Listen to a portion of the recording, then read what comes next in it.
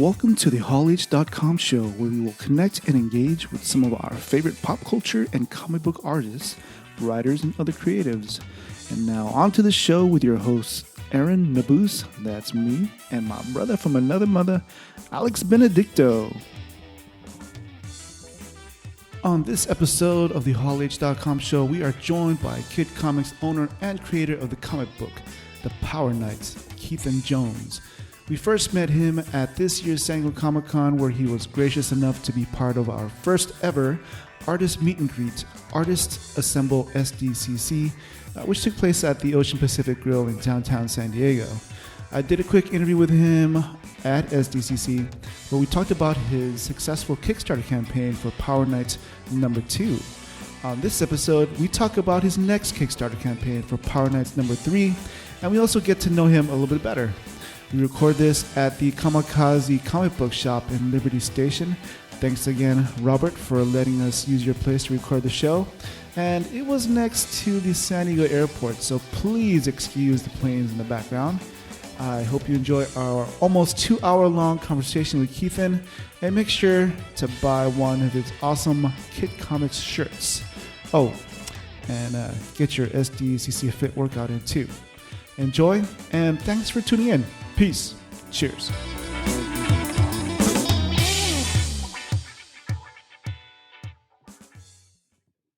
And we're here for episode 2 of the HallH.com show. We're joined by Kid Comics creator, owner, and the person behind the Power Knights, Keithan Jones.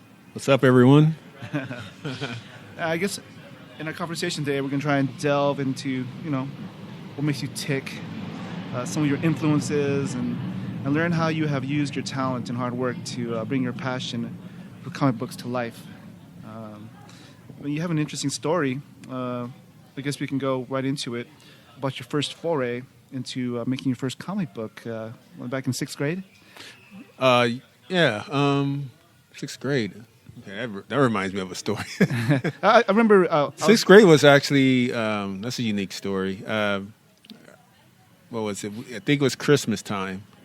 And my 6th grade teacher gave the class an assignment to, if you could have anything you wanted for Christmas, what would it be and why? Mm-hmm. We had to write that down. So I wrote to have my comic published.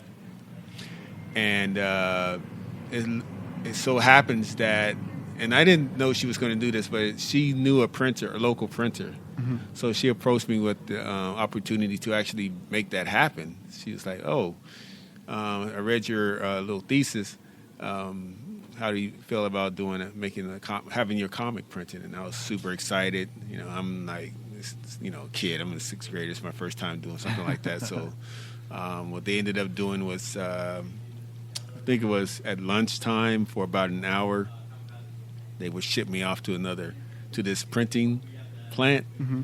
that this guy owned, and they gave me some paper, put me on the floor, and I made a Star Wars comic. Okay. And I've always had this connection with Star Wars because that's what got me into comics to begin with. Mm-hmm. My dad took me to see Star Wars for the first time, and I didn't know I was going to go see it. I don't even think I even knew anything about it. And back in, I think it was the late 70s, mm-hmm. back then they would play cartoons before they played the movies. So right. they played some Warner Brothers cartoon. I think it was Roadrunner. All right, that was cool. But I was expecting to watch some boring movie that he wanted to see. I see. Right, because he didn't tell me what we were watching. And, the screen goes black, and the 20th century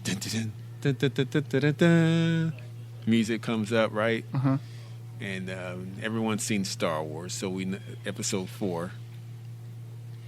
And man, that spaceship comes across the screen, and I think my mouth stayed open for the rest of that movie. I was like, holy crap, what the... I just had this... I remember even looking around the theater and looking at people like, are you seeing this? Mm-hmm. What is this? So I tell that story because from that point on, I was all in when it comes to art, comic art, fantasy. Mm-hmm. It's just like my mind just opened up and all these ideas just rushed I think it's like that for a lot of people all the time. Yeah. So my career was kind of set from that point, and it was I know I got off track with the sixth grade story, but it was so potent for me that I don't really tell people this story, but I'll go ahead and say it. But I tried to. We were at a Savon's, I think it was called shopping center. Okay. I was still a kid. I think I was 9 or 10, and I came across a Star Wars art book. Right. I didn't know they existed. Right. I didn't understand how the movies were made. I knew I loved the movie, but I didn't know that you could have careers doing this kind of stuff. Right. So I'm flipping through that, and I was like, oh my God, look at all this great art by Ralph McQuire. And all these other conceptual work, right? I've never seen this stuff before. I didn't know it exists. I'm just like, I got to have this book. I think it was like $10 or something like that. Okay. 10 or $15. Do you still have it? No. And here's the reason why. I badgered my mom about it. She was like, no, put it back. Put it back. You know how moms are. And because she was in there shopping for whatever. Put it back. It was just me and my other brother, and her in the store. So I was like, damn, I really want this book. So I figured I was going to steal it, right? So I'm kneeling down in the aisle, and I'm looking at the book and trying to figure out how can I get this book out of the store. And there's like a guy at the end of the aisle that kept poking back, looking at me. And, I never shoplifted before, right? Never in my life. But it was Star Wars, right? And I had to have this book. And my mom wouldn't buy it for me, so she was off doing something else. And so I put the book when I thought it was clear. I put the book under my shirt. Right, this is how stupid I was. Put the book under my shirt. I'm slowly walking to the exit. Right, my brother's at the exit. He's like, "Go, go, go! It's clear." Right. Yeah. But also dumb. I had the shape of the book under my shirt. Imagine a kid walking with a shape of a book under his shirt. It's super obvious, right? Yeah. And, I got the little tap on the shoulder. Guy takes me to the security office with my brother, and we're just in there. He's scolding us. He shows us pictures of other shoplifters he had a bunch of people, photos of other people on this door, and he's like scaring us straight. And we're bawling, we're crying. Where's your mom? Whoa, I don't know. And what's her name? We tell him my mom's name, and he calls her on the loudspeaker, and that was it. We were just sweating bricks, man. She comes in, obviously she's not happy, right? And that was that, man. It was a long, quiet ride home, but I ended up getting the books later on in life. But I told that story because most kids shoplift candy. Or something stupid like that, something, whatever. I get caught for actually wanting to read something.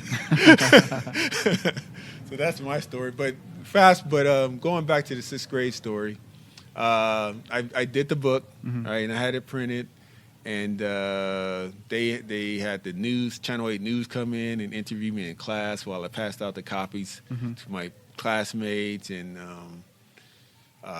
it was great, man. But I remember being super nervous because they kept asking me why. Just like you asked, what got you into comics? Why are you doing this? And the only thing that kept coming out of my mouth was, I just like drawing. That's the only thing I could get out because I was super nervous. Right. And the reporter was starting to annoy me a little bit because it's like, I just told you I like drawing. You keep asking me to take questions. So. That's basically those type of things just kept happening to me over the years. I would win art contests, and what else? Yeah, I just kind of stumbled my way through a career in art, But the book, The Power Knights, what I'm working on now, that's something that came out of my love for the Teen Titans when George Perez and Marv Wolfman were on that series. Right? I think I remember you mentioning that. I was heavy into Teen Titans and Amazing Spider-Man. John Romita Jr.'s run. Okay. And but Teen Titans was my book. I just love the pathos, the soap opera side of it. You know, the interaction between the characters, not more so than the supervillain part. You know, when they're doing the superhero thing, I was more into their interaction. Like, oh man, is Kid Flash really going to leave, or is Robin going to hook up with Starfire, and you know that kind of stuff, right? Okay. And they were teenagers like I was. You know, same with Peter Parker. He was a teenager, so I was into him. You know, a lot of people who are minorities, are X-Men is supposed to be their book, right? They're supposed to relate to X-Men, right? Yeah. I was just having a conversation with someone about this. X-Men wasn't really my thing, dude. Like, I liked X-Men more because I thought they were cool. I thought Wolverine was cool. I like his powers and stuff. I thought Cyclops was cool because I like his eye, his power, you know. But the whole thing of them being outcasts and minorities and persecuted because they were different didn't really register with me when I was a kid because,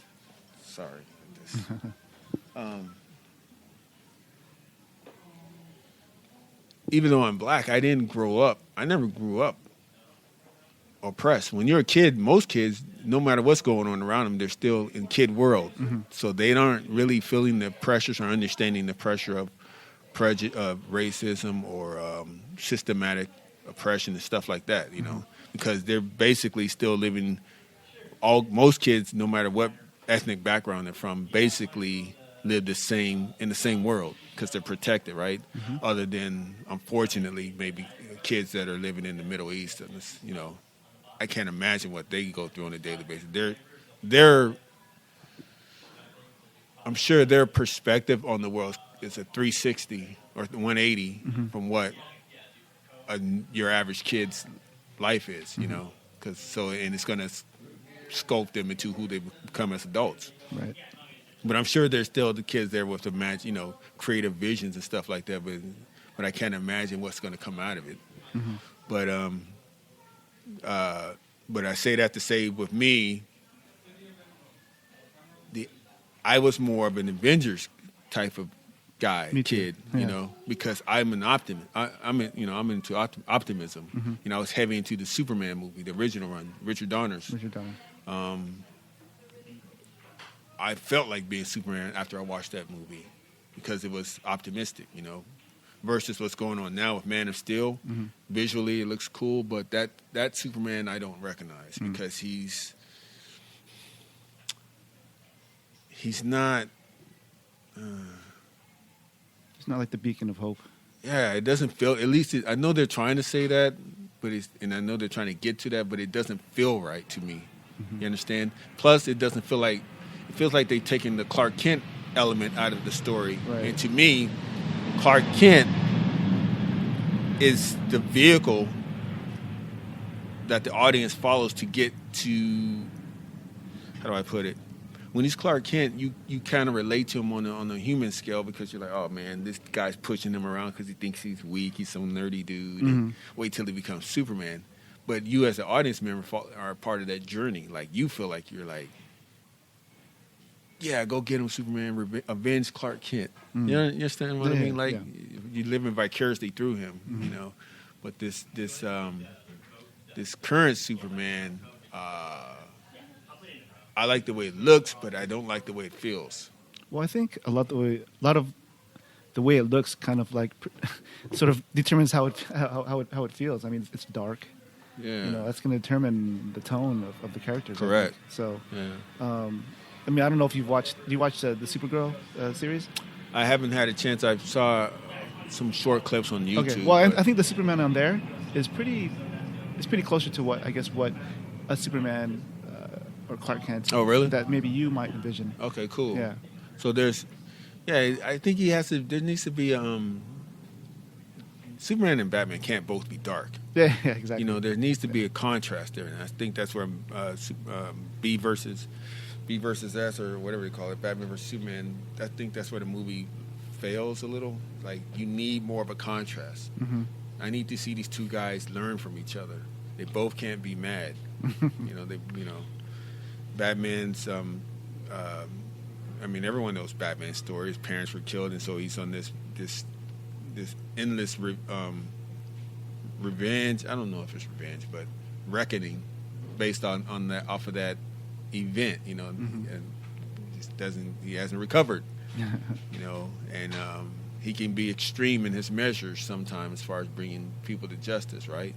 Whereas Superman should be the guy that's like telling Batman, look, I understand your deal, but there is a brighter day. Tomorrow's a brighter day. You know, I think the best representation that I've seen is the animated series, the Justice League. That's right. Yeah. I think you're right. Yeah, that's good. For sure. Even if I were directing Batman vs Superman, even when they showed Metropolis, man, I would have it brighter. The palette. Exactly. Yeah, to draw contrast. Yeah, it would be more futuristic looking, the City of Tomorrow type of look to it. So when you know you're in Gotham, you know you're in Gotham. When you're in Metropolis, you know you're in Metropolis instantly, right? And just make Superman what he's supposed to be, a Boy Scout. You know, the eternal optimist, you know, which annoys Batman because Batman's like, oh, grow up. You know, you can't trust anyone out here. Everyone's got to, you know, everyone's a jerk and everyone needs to be dealt with, and I'm the guy to do it, you know. So, but with X-Men, like I said, the reason I understood what X-Men was trying to say, but I wasn't gravitating toward it because I just felt like those guys were like pessimists, you know, and even more so today. I mean, look what they did to Cyclops. Cyclops is almost a villain now. It's like the way it's like he's lost his marbles. He's like Magneto right now, you know, my understanding of it. You know, ever since the whole, I don't know if it was Secret Wars that did it to him or one of these events. But he's all in for the mutants and by any means necessary. I think he's lost his way with Professor X's original vision. Right. And I know it's part of the whole story arc that they're doing, but like I said, I can't do dark and depressing for too many issues before I'm over it. I'm just over it. You know? So going back to Avengers, I mean, what is it about the Avengers? Is it their... even though I didn't really collect Avengers heavily, when I say Avengers, I'm talking about the individual characters, like Captain America. Who else is on Avengers? Yeah, Hawkeye, Iron Man, Vision, and all those guys. Yeah. The concept of it. Like the idea that they're trying to be a beacon of hope, they're freedom fighters, they're light, you know. Even though each character has their own internal battles, I like the idea that they're not running off of revenge, you know, or they're not being beat down and feeling sorry for themselves every day, you know. Yeah, that's important. That's a good point. Yeah. So because that's not me. I'm not that guy. You know, I have bad days like everyone, but I don't stay stuck in that bad day for a week, a month, a year, you know. I guess that's maybe why, I guess you talked about Spider-Man a little bit earlier. I mean, he went through his trial and he came out and he persevered. So you want to talk a little bit about that? Spider-Man is, I related to him because he had every real problems, bills, or a boss that he couldn't get along with, or girl issues. Right. Those are real teenage. I mean, those are universal issues, but really for teenagers, it really hits home. Right. And then when you become Spider-Man, you're like, oh, free now. I can swing around, and I can, you know, if somebody gets, if I wanted to, I could knock this guy out for being a punk to me or whatever, you know. Of course, he didn't do that. He restrained himself. But he was always joking. Yeah. There was comedy. There was levity there. Yeah. That's what I like. That was a big thing with Spider-Man that I was attracted to. Like, you knew you were excited. And I wonder what he's going to say to Juggernaut when he sees him. You know, it wasn't just like, hey, you're a bad guy. I'm going to get you and I'm going to stop you. Like, you knew it was going to come with some type of joke, you know. Right. Hey, Shellhead, over here, you know, something like that. I think there's something about, you know, characters not being like so Omega level powerful all the time, you know. Yeah.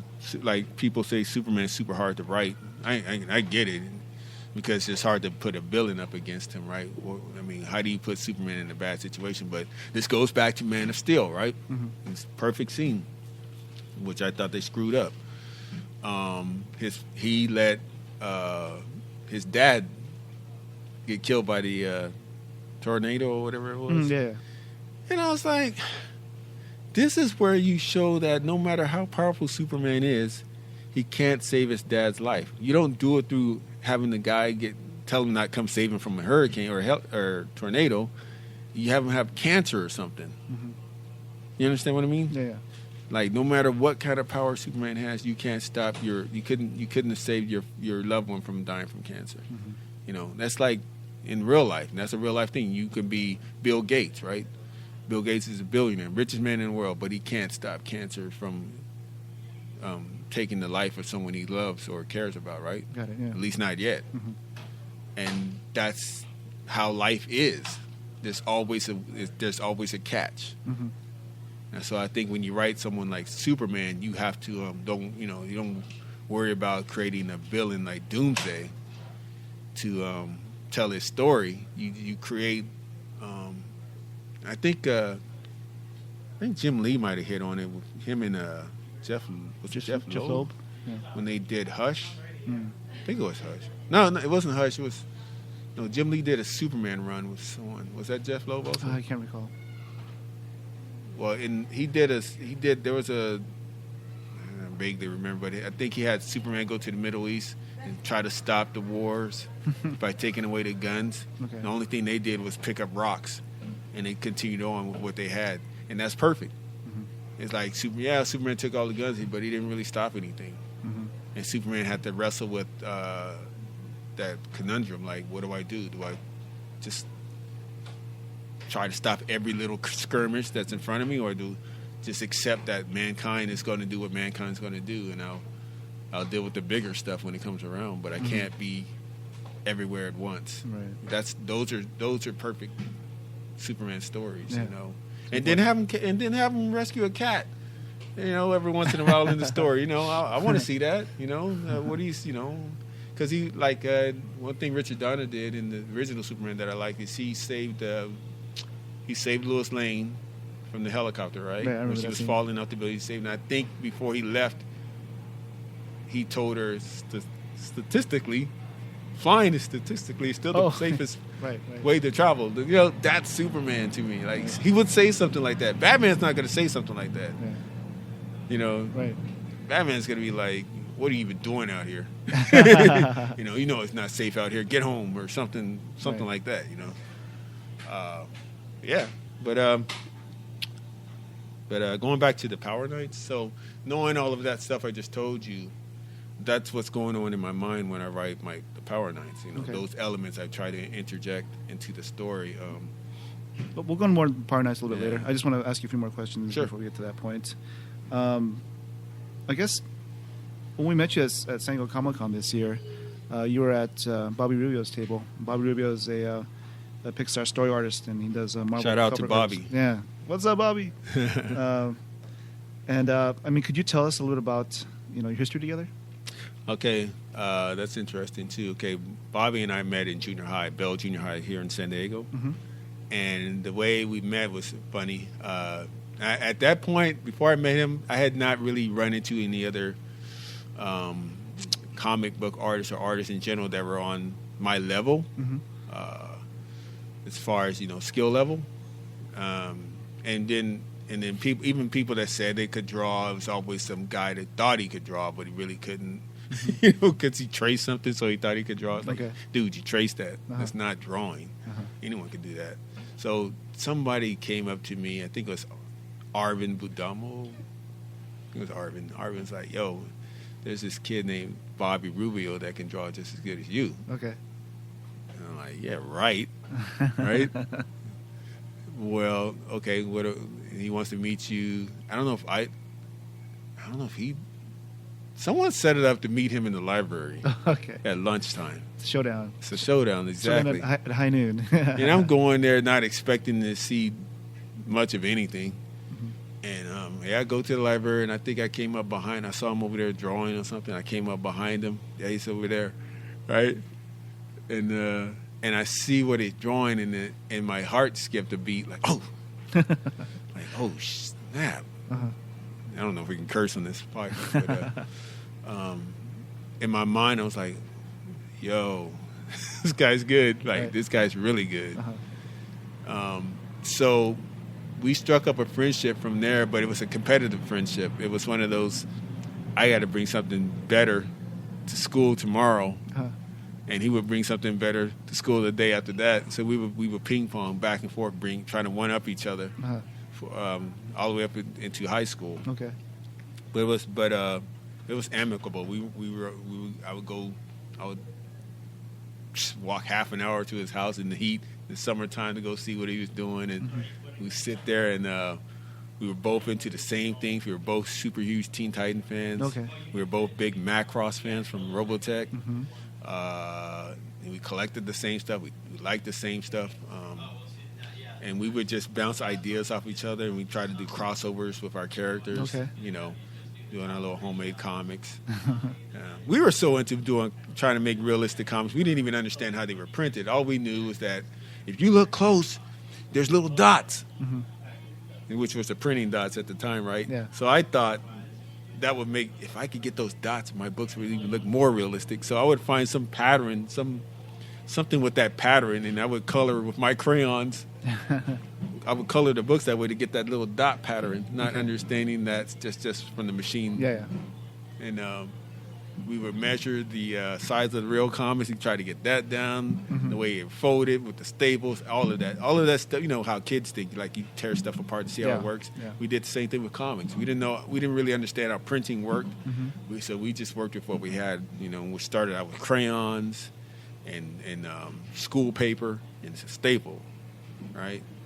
I don't even think I used a ruler back then. I just made a square and put something in it, and then it graduated to working on the back of when we got into anime manga.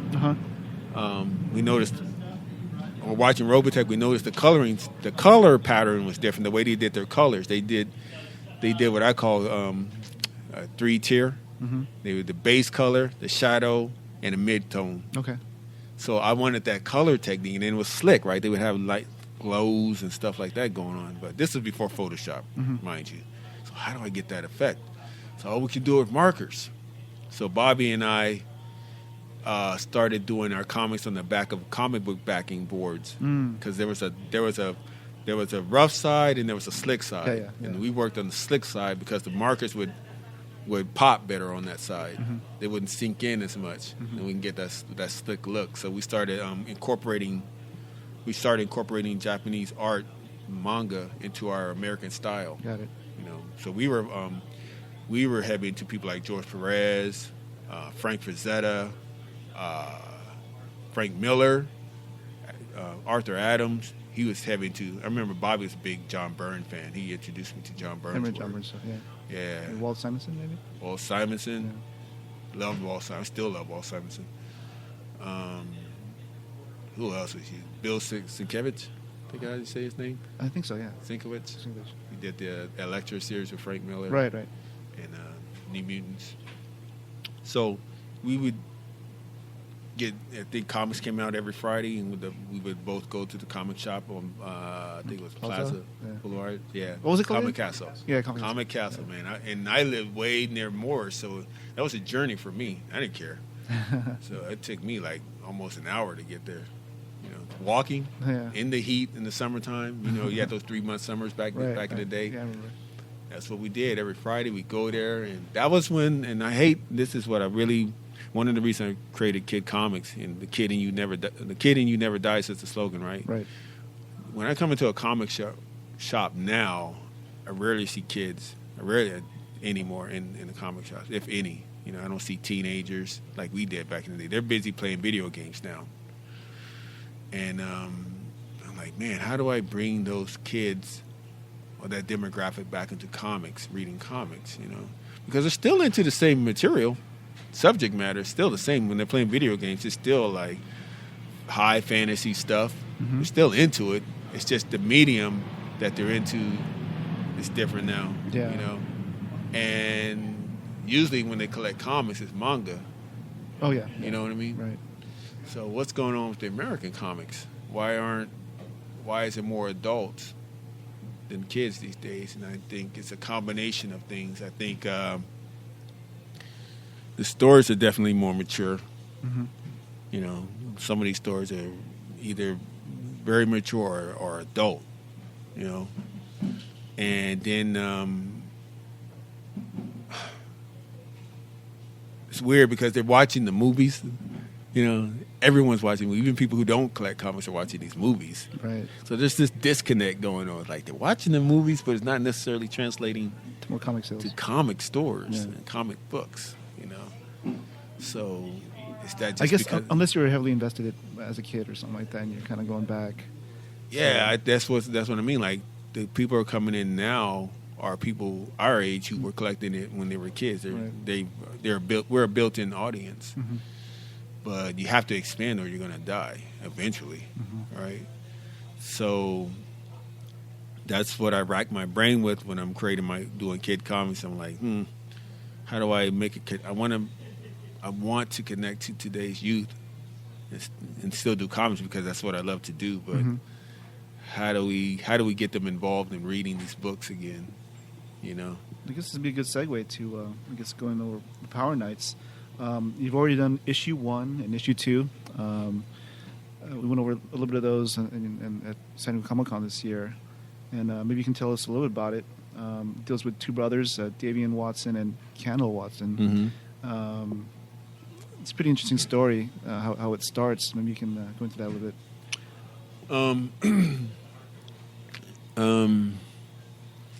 The story, I picked the story to revolve around the two brothers because I want to tell it from their perspective. It's not necessarily from their perspective, but they are the two main players.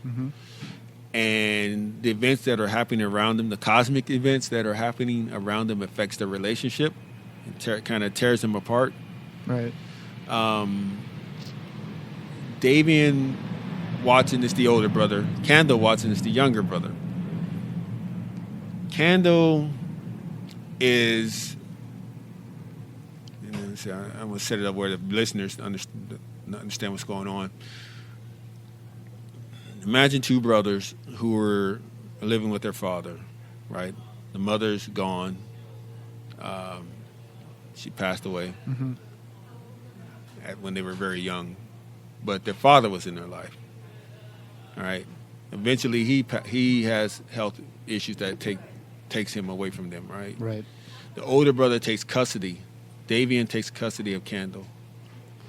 But Davian, even though he's older, he was still young when this happened. Like, he's a young adult, like 19, 20 years old. How old is Kendall? Kendall's 16. Okay. But Davian had a rough patch of dealing with the loss of his father, right? He I mean, how do you say? There's some anger there, right? And you mix in other financial problems and other things, and all these other life issues that he's dealing with, and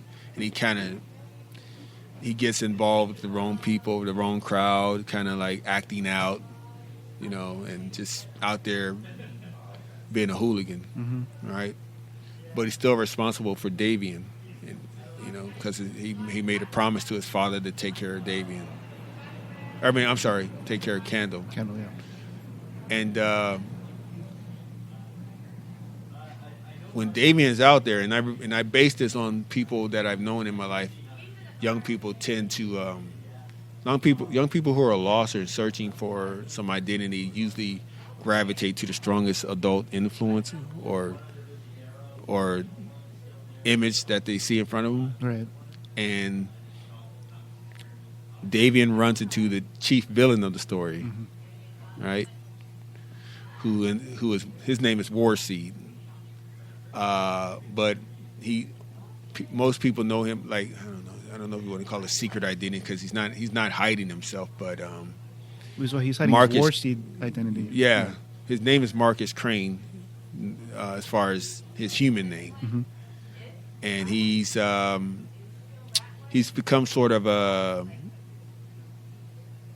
a celebrity, or how do I put it?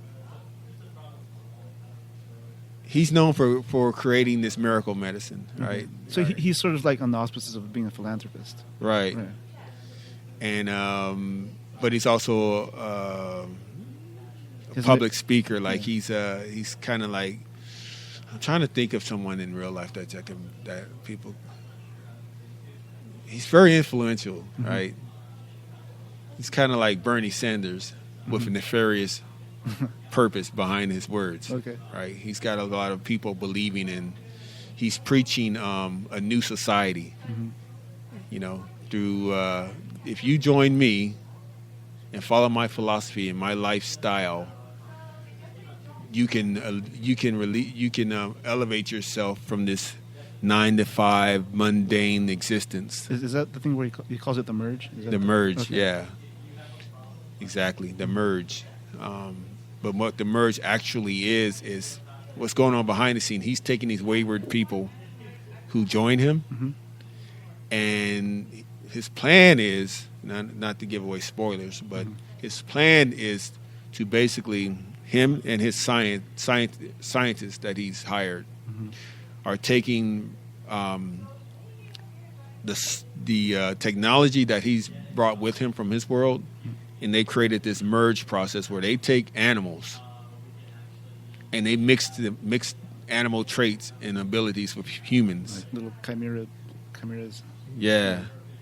To create this super army, which he's going to use to take over the world and make the world basically his personal kingdom, make Earth his personal kingdom. Because he comes from a background, him and the other knights come from a world where they were slaves to a king, and that king used their abilities to conquer the universe against their will, right?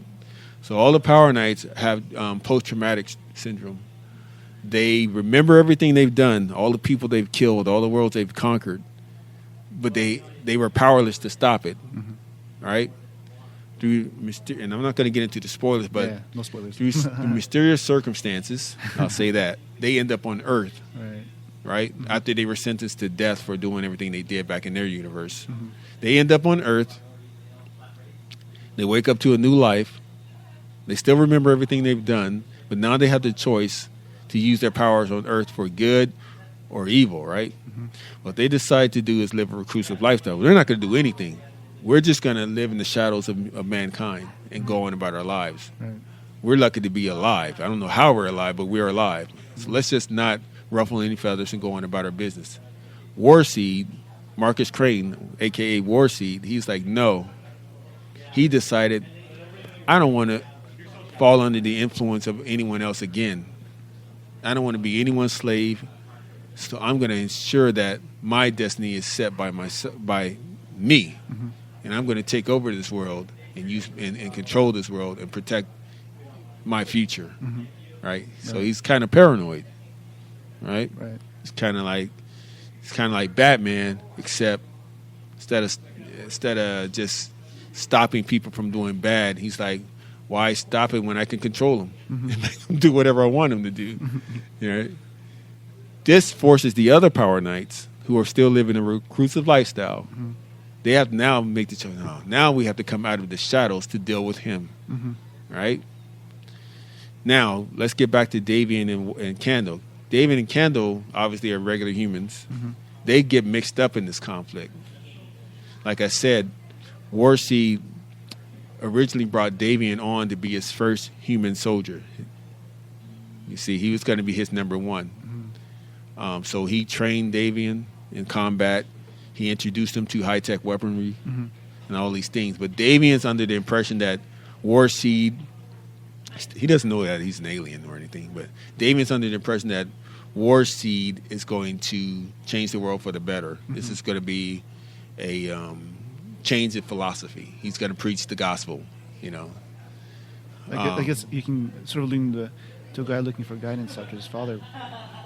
After Davian, he's looking for a father figure. Exactly. Yeah. Exactly. Candle, he's just going on a, Candle knows Davian's hanging out with Marcus Crane, Warseed. He knows that, and but he still has to go to school. He's a kid and all this other stuff, right? Right. Big brother's off doing out there getting ready to change the world and all this stuff, and I'm proud of him, right? Mm-hmm. When you pick up issue 1, we pick up where Davian has found out what Warsey actually plans to do, right? Mm-hmm. And Warsey tries to kill him because Davian decides that he's not down with it. Warsey tries to kill him, but Davian escapes. Mm-hmm. So when you read issue 1, we come in at that point in the story where Davian is running for his life, and he needs to warn Kendall what's actually going on, and Warsey's henchmen are chasing after him. Right. So that's where we pick up.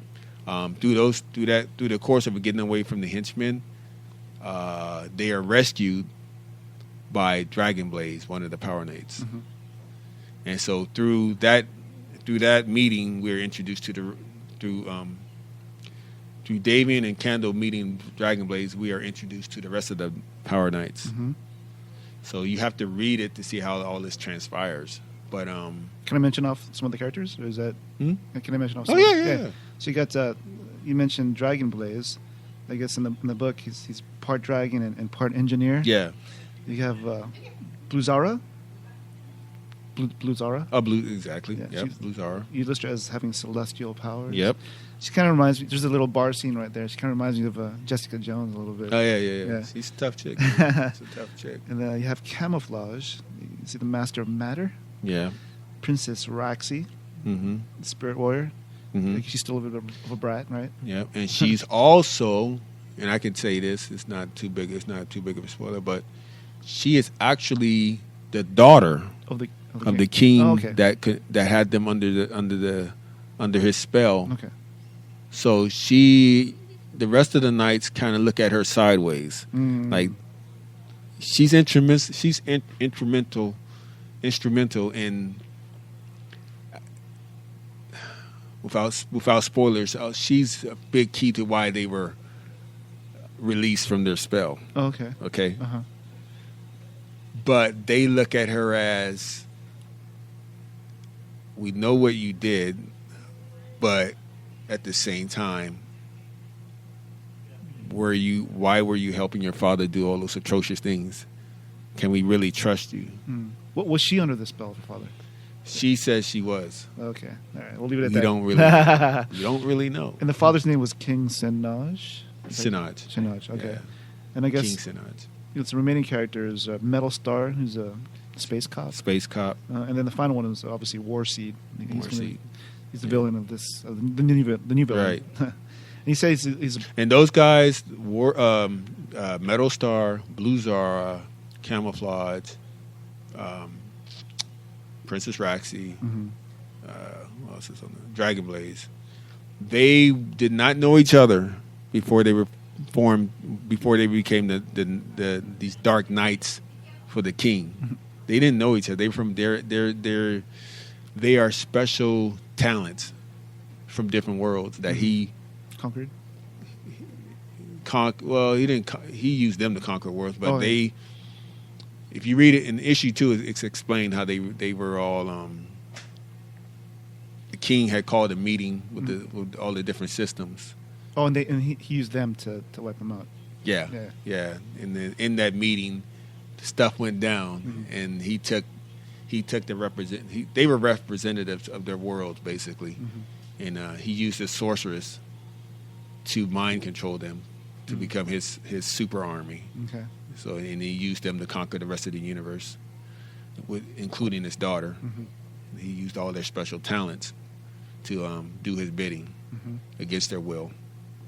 And like I said, that was their former life, but the story picks up on their life on Earth with flashbacks to who they were and what they did in their universe, Right. and how they're dealing with it on Earth. You know. So it seems like a lot of from what I've read so far, a good portion of the story. So imagine if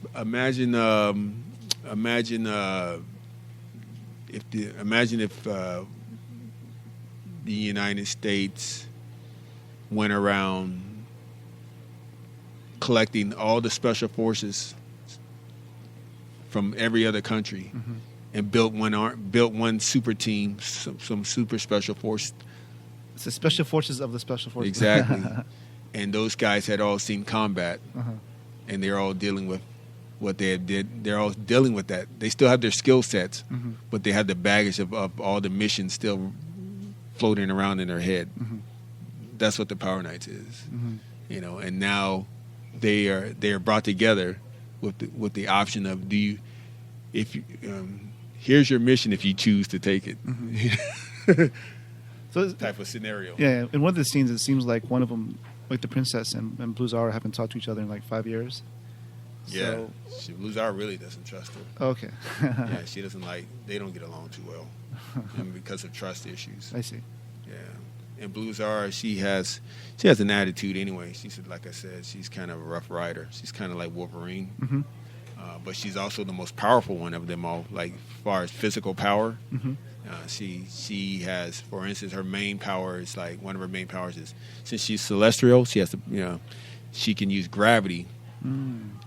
Like so if there's a wall of soldiers heading toward her, she can increase the gravity field around them, and so now they feel like they're running in sand, and she can increase it too much, so to the point where it can just basically crush them. You know, she's not a villain, so she's not going to do that, right. But she could if she wanted to. You know, what else? Energy bolts, I believe, like stars, star power, or sun, or what's the photons? Photons, right? Photons, things of that nature. Metal Star, he's a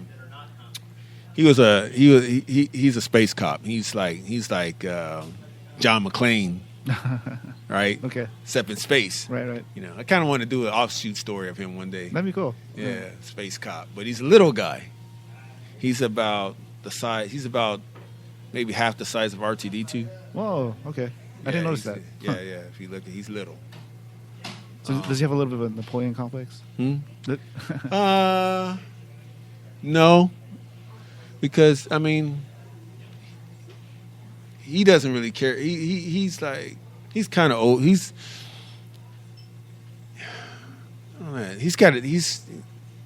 I don't put it without stereotyping cops, but he's got he's like a cop. He's tough. He's a tough guy. He doesn't really get into he's not a really lighthearted type of fellow. You know, he's straight to the point. Straight to the point, grizzled.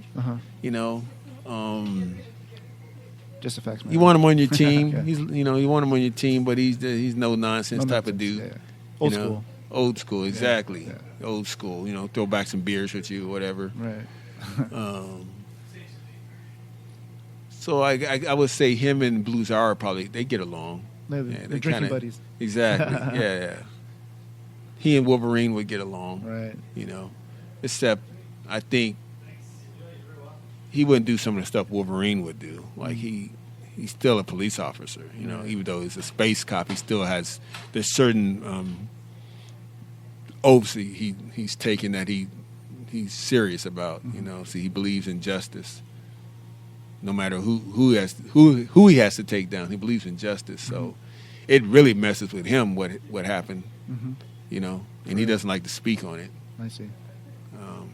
So it seems like a good portion of the story is told from.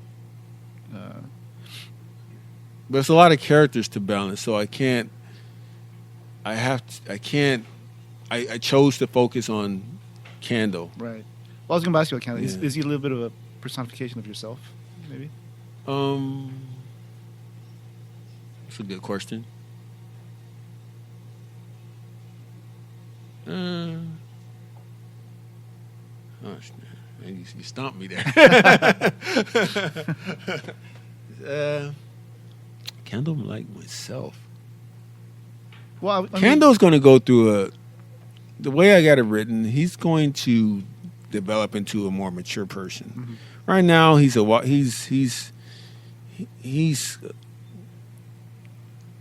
teenager. He thinks he knows everything, but he really doesn't. I guess the reason I brought that up is because this is a story I think I remember you developed it when you were about 11. You developed it when you were about 11 years old, right? When you first thought about it? Well, actually, the original Power Knights that I created, Kendall didn't exist. Oh, okay. Yeah, he didn't exist. That's something I added as an adult. Okay. I thought it was I guess maybe alluding to how you want to connect with the younger generation, maybe. a little bit of that. Yeah. Also, I wanted to write a story where I have someone. Okay, I don't know if it relates to me, but it does relate to some of the things I went through in life and some of the things that are going on around me because I have kids now, right? Yes. So I wanted to show through Candle that as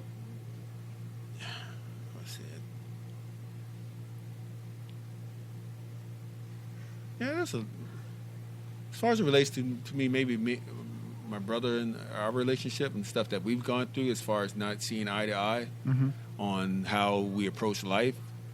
And you have the older brother trying to warn you about certain decisions and the younger one not heeding your words because they don't think you know what you're talking about. So are you the older or the younger brother? I'm the oldest. Okay. Yeah, I'm the oldest of my brothers. So there's that dynamic where you've gone through some things and you know in the back of your mind that the only way they're really going to learn is when they actually go through it. But as someone who you love your brother, so you have to say something. You have to warn, hey, man, if you go around that corner, you're going to get bit. What are you talking about? Everyone goes around that corner. Right. Yeah, but everyone gets bit. No, but they go around the corner anyway. It's like, I told you, right? So it's that with Candle and David. Candle, he's going to be, I don't want to say he's a bad kid, but he needs some guidance. He needs some guidance, and he's got an attitude problem. You know, he needs an attitude adjustment because he means well. He's got a good spirit, but he's a little cocky and a little self-assured. Okay. You know, matter of fact, he and Princess Raxi actually are going to become an item later on. Oh. You know, but through bickering because he doesn't respect her. And she's about the same age as him? She's a couple of years older. She's 19. Okay. She is, now imagine, she's royalty, right? She's a princess. She's prim, right? She can fight and all that because that's part of her family heritage. Yeah. But she's still a princess, and she's used to people bowing to her and calling her princess this and princess that, and you know, things being handed to her, right? And there's even a scene in issue 2 where she's dating an Earth dude, right? Yeah, I remember that one. And she has a friend that she works with that's trying to tell her, I don't know about this guy. I think he's like fooling around on you. No one would ever fool around on me. Yeah. You know, she's that's how she's super confident, right? Like no woman is going to be more attractive than me and be better than me. Why would he even consider it, right? Got it. Of course, she's dealing with Earth guys. We've been known to do that, right? And her friend's trying to warn her, but of course, Princess Raxi can't tell her Earth friends that, hey, I'm a princess and I'm from this other universe and all this stuff. But that's who she is, and so she, outside of the superhero, supervillain stuff, her struggle is learning to become just like everyone else and humbling herself, you know.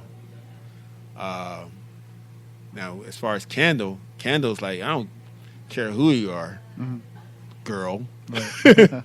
you know, and it kind of makes her attracted to him. Like, he doesn't really bow down to her. He's always has something slick to say to her and something on the board, something kind of almost mean, you know. So she kind of like, that's the side of her that almost wants to conquer him, but she falls for him at the same time, you know. I'm curious, like, how far have you planned it out? You don't have to reveal anything, but the first set of books is going to go 4 issue, maybe 5, but right now it's set at 4. Okay. The first story arc, and that's basically an introductory to who they are. We get a little bit into their backgrounds, like some of the stuff I just told you about. But the main story arc is dealing with Warseed and his plans for this first story arc. Right. So you have to read it to see where it goes. But I can't get into spoilers, but there is more to there is definitely a story beyond the first arc. Yeah. Okay. Cool. And it involves the players that are introduced in this. Everyone that you need to know is gonna be in this first story arc, but there's more going on there than meets the eye. Mm-hmm. I guess it could be a good time to talk about your issue 3 Kickstarter. Yeah, issue 3, which I'm trying to have out and about this winter, maybe if not December winter, January winter. Okay. And I'm going to introduce the Kickstarter. I'm trying to get the Kickstarter up and ready in the next 2 weeks, within the next 2 weeks. All right. We'll put information for that on there. Please do. And for those that are listening now, go to kid-comics.com to keep up on what I'm doing, or Kid Comics, Facebook / Kid Comics Online. So you can follow me on Facebook to find out where I am and what I'm doing, and every once in a while I'll post behind the scenes images of the artwork, or give you snippets of where the story's going and things like that.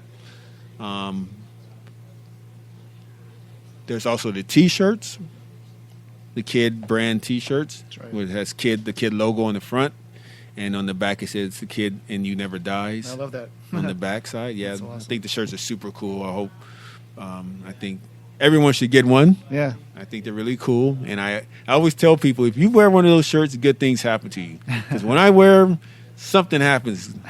So I figure, hey, if you wear it, something good is going to happen in your life. So make sure you pick up a Kid Comics shirt. They come in all sizes. Currently, right now, they just come in black and white. Unless you special order a particular color, I guess I can work with you. But right now, we're starting out with the black and white versions. What else is going on at Kid? And then the Kid, the company, before I even wrote anything about the Power Knights, I was like, you know what? I'm not going to go knocking on Image's door, Marvel's door, DC's door. I'm getting to the age where I'm getting old, for one. So the clock is ticking. Two, I'm not really particularly interested in having someone tell me I can yes or no. I'm at that age where it's like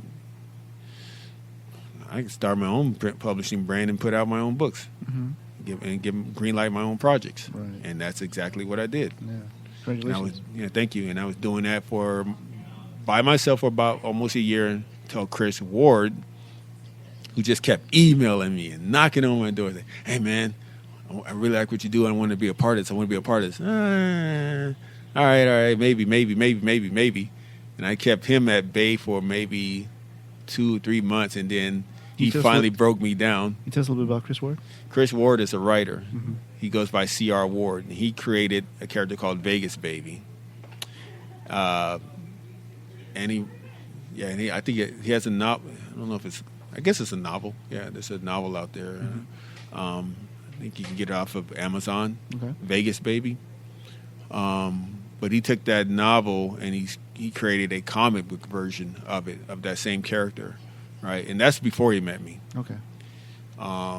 He figured Kid Comics would be a good publisher for his ideas that he had floating around in his head. So he sold me on to coming aboard as an editor and writer, Okay.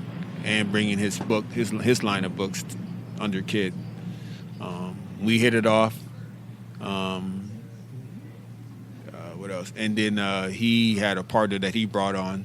His name was William Tenner. And William created a character called the Dragonfly. Okay. William's into he's into science fiction. He's into like conspiracy stuff, like the Greys, Okay. those aliens and all that government secrets and things like that. So that's what the Dragonfly is about. Okay. And the three of us were, trucking along and building Kid Comics, and we put out the Dragonfly. We put out Vegas Baby. I put out the Power Knights. Chris also put out a book called The Stronger, which is really cool. Those two guys collaborate with artists, so they hire artists to write their books. They hire artists to color their books. Currently, Power Knights 1 and 2 was solely done by me. I wrote it, I drew it, inked and colored those books because I could, but mainly because it was cheaper on me. But I was able to do enough to get by. Okay. Issue 3, I'm actually bringing on a colorist. Okay. This time. And I'm still drawing and inking the book, but I'm bringing on the colors. And Chris is actually going to co-write it with me. Cool. He's co-writing. He's writing the script right now. Nice. So hopefully that will speed up the process so I can get the book out during the winter months, like I plan to. Yeah, we're definitely looking forward to that. Yeah, and there's also a trust factor now that I've developed a relationship with Chris where I feel comfortable letting him work on the Power Knights. I feel like he understands what I want, where I want the book to go, and the aesthetics of what I'm trying to do with it. So now I feel more comfortable with him working on it. Whereas before it's like I was starting the company and putting out this book, so I couldn't make too many mistakes because first impressions are super important. Right, definitely. And I'm fast forward 3 years now. I think this is our 3rd year, going into our 4th year. I left my day job. I was going to ask you about that. Yeah, I left my day job. I had not planned to do that until later, until I was like, it struck gold, then I'll leave. Right. But you know how life is. Life doesn't work that way. The voice inside my head was getting louder because it was getting really difficult. It was getting difficult for me to do kid and do my day job, which was graphic design. People think sitting at a desk doesn't take anything out of you, but it was killing me. I was working. I had a full-time job, great company, Success. Shout out to Success Advertising, Success. Right. But it was 8 hours a day doing graphic design, and I would go home, pick up my kids, and do everything I needed to do domestically. And by the time I got to the drawing board, man, I was heavy on the coffee, just trying to stay awake. And I kept thinking to myself, what the hell? When I was younger, I could do a book and I could knock out 10 pages in 1 week. And I couldn't do it anymore. And I didn't understand it's because I'm getting old or what was going on. And I think I realized my energy level was too low. I couldn't physically do it because of the energy level. Not that I lost my touch or anything. I had to start making I gotta make a choice, man. I don't know if I can do the job and then do the company thing for too much longer and be effective. Right. Because issue 1 and 2, the ones I did them, but neither one of those books were completely the vision I had in my head. Like I couldn't do everything I wanted to do with those books artistically. I see. Because it just wasn't enough time, Time is one of our biggest assets, Huh? Time is one of our biggest assets. Yeah. But like I said, things happen at my day job where it's like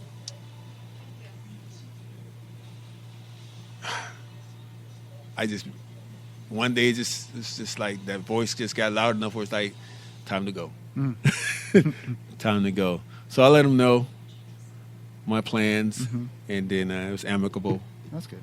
And that was it, man. And I'm out here, obviously I didn't tell my wife what I was going to do for a couple of days. Oh, really? I had to really think about that, too, because obviously it affects her and the kids. Yeah, definitely. So I felt good about it. It felt right. It's super scary for me right now. I'm out here on the limb. How'd your wife take it?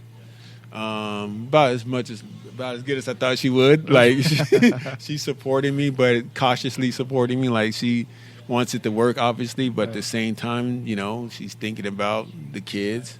She's thinking about all the bills we still have on our plate. And obviously that I had to consider those things. So I just say this, man, and I'm sure there's other artists out there that have been through it. You just have to keep reassuring the people around you that you're responsible for, that you haven't lost your marbles, that you I keep paying my bills, make sure I still pay my bills, and take care of my responsibilities. Their life hasn't changed. Their routine hasn't changed. It's just that dad is at home all the time now working, you know. I still work, and I have to remind them that I'm here, but I'm working, Right. you know. You have to have some discipline for sure. Hmm? Working at home, you definitely have to have some discipline. Yeah. Oh, yeah. Now that part came with age. That's the great thing about being when you get older is that you may not be physically able to do the things when you were younger, but your mind is a whole lot more focused. You're not easily distracted when you figure out, wow, okay, this is it. I know what I want to do. Once you get it, once you know, and you know what your day is laid out, your month is laid out. You're too busy to be thinking about anything else. And the hunger to want it is stronger, Right. you know. When you're young, when I was in my 20s, I was doing art, and I was drawing comics, and I was doing all these things artistically, but I was all over the place, you know. I would be at the club all night the night before chasing girls, Right. and then the next day I'd be drawing something for hire, and then the next day I'd be, you know, on a road trip with someone, you know, just not really doing art was just kind of it was more like art was I was squeezing my art in when I could, but doing everything else that I wanted to do. Like art was secondary. Like it was in me, but it was kind of like I'll do it when I'm done doing this. It wasn't priority number one. Okay. You know, even though, like I said, this goes back to the candle and my brothers and stuff like that. I thought I was focused on it, but when I look back, I was like, no, I wasn't focused on it. I just didn't know it at the time. I didn't understand there's a level I needed to kick it up to make the things I wanted to happen. Now, you know? was that a point in your life where you actually came to that conclusion yourself, or did people point it out to you, or how did that work out? Right before I met my wife, I was, like I said, chasing girls, being in different flings here and there. You know, nothing serious. Even when I met these ladies, I already knew it wasn't going anywhere. The day I met them, you know, it's just I was out there having fun. I needed money, so I was I worked every job you could imagine, from warehouse to digging holes to working at Kinko's to working at gas stations, everything, right? Didn't matter, because I was young enough to do these things. You can stay up 2 or 3 days at a time when you're young. It doesn't affect you, whatever, right? But by the time I hit 29, I had something in me I was like, the hunger to be an artist, to be known as an artist was in there, and it just kept me from doing stupid stuff and ending up in jail or something, right? That was the thing that kept me on the straight and narrow. Like, I'd never joined a gang, or I never went on a robbing spree, or I never killed anyone, or I never, all these things you can find yourself doing if you're aimless, right? Art was like, I never did anything that would jeopardize my future. That was like the cross. That was like, hey man, let's go do such and such and such and such. I would think about that would destroy my chances of being working with Arthur Adams one day. There's always that safety net for me. So let me speed up the story here. So when I hit 29, I was like, man, I'm done. I'm tired of being in these flings, and tired of like coming up with lies and stuff like that to cover myself, and all these shadiness, and hanging out with people who I wasn't really all that interested in, and So being aimless. Being aimless, and I was living downtown, San Diego downtown on Broadway. I had a little apartment, a little studio apartment. Okay. And I said, I think I called my mom and said, I think I'm going to join, because she's always stating, you need to get back in school. You need to get back in school. You need to get back in school, because I never graduated from Cal Arts. And I was like, I resisted what she was saying for a while, because I was like, I don't need school. I can get a job anytime I want to get a job. So I finally decided, you know what, she's right. I didn't know any computer skills. I didn't have any computer skills. So that was priority one. Like, you know what, let me take a computer course, get familiar with computers, and see if I can start forging a path to a career in graphic design.